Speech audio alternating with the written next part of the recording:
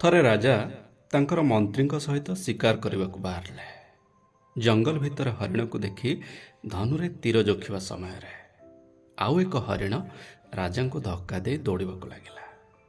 ଯାହାଫଳରେ ତୀରର ମୁନ ରାଜାଙ୍କର ଆଙ୍ଗୁଳିରେ ଆଘାତ ଦେବାରୁ ଆଙ୍ଗୁଳିଟି କଟିଗଲା ଏବଂ ରକ୍ତ ବାହାରିବାକୁ ଲାଗିଲା। ଯନ୍ତ୍ରଣା ଅନୁଭବ କରି ରାଜା ମନ୍ତ୍ରୀଙ୍କ ଆଡ଼କୁ ଚାହିଁଲେ। ମନ୍ତ୍ରୀ ହଠାତ୍ କହି ପକାଇଲେ କି ମହାରାଜ, ଈଶ୍ୱର ଯାହା ବି କରନ୍ତି ଭଲ ପାଇଁ ହିଁ କରନ୍ତି।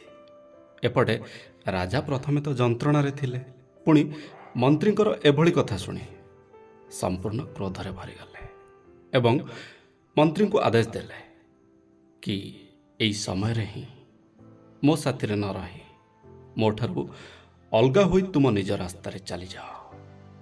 ମନ୍ତ୍ରୀ ମଧ୍ୟ ରାଜାଙ୍କର ଆଦେଶକୁ ସ୍ୱୀକାର କରି ଭିନ୍ନ ଏକ ରାସ୍ତାରେ ବାହାରିଗଲେ।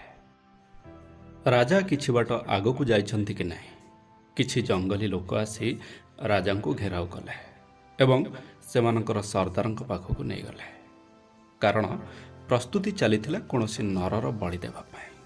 ହେଲେ ସେମାନଙ୍କର ପୂଜାରୀ ଯେତେବେଳେ ରାଜାଙ୍କର କଟିଯାଇଥିବା ଆଙ୍ଗୁଳିକୁ ଦେଖିଲା, ତୁରନ୍ତ ମନା କଲା, ନା, ୟାର ବଳି ଦେବା ଅସମ୍ଭବ, ୟାର ବଳି ସ୍ୱୀକାର ହୋଇପାରିବ ନାହିଁ, କାରଣ ୟାର ଅଙ୍ଗ ଛେଦ ହୋଇସାରିଛି। ରାଜାଙ୍କୁ ଜୀବନଦାନ ମିଳିଲା। ତେବେ ରାଜା ମନ୍ତ୍ରୀଙ୍କ କଥାକୁ ମନେ ପକାଇଲେ। ଭାବିଲେ ମନ୍ତ୍ରୀ ଠିକ୍ କଥା କହୁଥିଲେ, ଭଗବାନ ଯାହା ବି କରନ୍ତି ଭଲ ପାଇଁ ହିଁ କରନ୍ତି। ତାଙ୍କୁ ମୋର ଏପରି ବ୍ୟବହାର କରିବାର ନଥିଲା କି ତାଙ୍କର ସାଥୀ ମୋତେ ଛାଡ଼ିବାର ନଥିଲା। ଏଇ କଥା ଭାବି ରାଜା କିଛି ବାଟ ଆଗକୁ ଯାଇଛନ୍ତି। ଦେଖିଲେ ମନ୍ତ୍ରୀ ଏକ ନଦୀ କୂଳରେ ବସିଛନ୍ତି। ରାଜା ମନ୍ତ୍ରୀଙ୍କ ପାଖକୁ ଯାଇ ସ୍ନେହପୂର୍ବକ ଆଲିଙ୍ଗନ କରି ସମସ୍ତ ଘଟଣା ବିଷୟରେ ଜଣାଇଲେ ଏବଂ ମନ୍ତ୍ରୀଙ୍କୁ ପଚାରିଲେ, ମୋର ତ ଆଙ୍ଗୁଠି କଟିଥିଲା, ଏଥିରେ ଭଗବାନ ମୋତେ ବଞ୍ଚାଇ ଦେଲେ, ହେଲେ ମୁଁ ତୁମକୁ ଅପମାନିତ କରି ବିଦାୟ କରିଥିଲି, ଏଥିରେ ତୁମର କ'ଣ ଭଲ ହେଲା?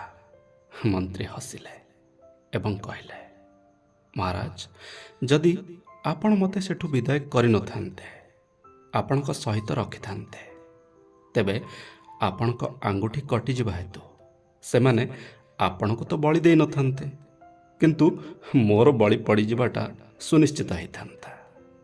ତେଣୁ ଭଗବାନ ଯାହା ବି କରନ୍ତି ଭଲ ପାଇଁ ହିଁ କରନ୍ତି, କିନ୍ତୁ ଆମକୁ ତୁରନ୍ତ ଜଣାପଡ଼େନି। ବାସ୍ ଏତିକି। ଭିଡ଼ିଓକୁ ଲାଇକ୍, ସେୟାର, ସବସ୍କ୍ରାଇବ୍ ନିଶ୍ଚିତ କରିବେ। ଧନ୍ୟବାଦ।